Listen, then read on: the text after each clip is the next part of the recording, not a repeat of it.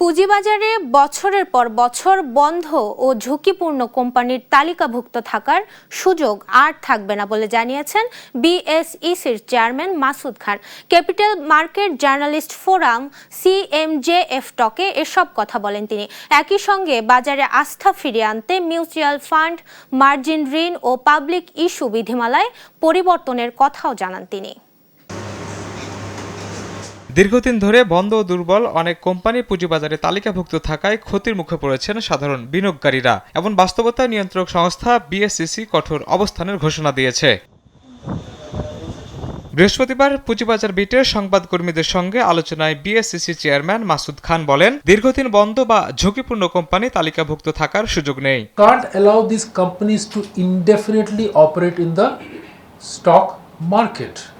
যেটা বলেছিলাম বক্তৃতাতে, বিদেশে 3 মাস টাইম থাকে।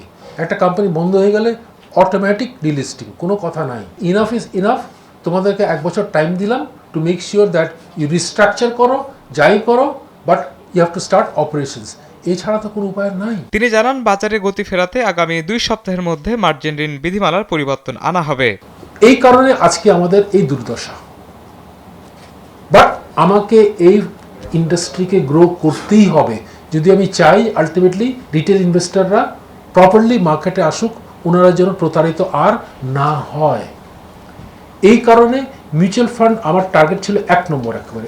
এই ইন্ডাস্ট্রিকে আমরা কিভাবে আবার নতুন করে রিভাইভ করতে পারি। কারসাজি রোধের সিদ্ধান্তের জন্য অপেক্ষা না করে তাৎক্ষণিক ব্যবস্থা নেবে ঢাকা স্টক এক্সচেঞ্জ। এছাড়া ডাইরেক্ট লিস্টিং এর মাধ্যমে দ্রুত নতুন কোম্পানি বাজারে আনার পরিকল্পনার কথাও জানানো হয়। আজকে যদি সে মার্জিন লেন্ডিং করে আটকে যায়। শাহিনুল ইসলাম সাগর, দেশ টিভি, ঢাকা।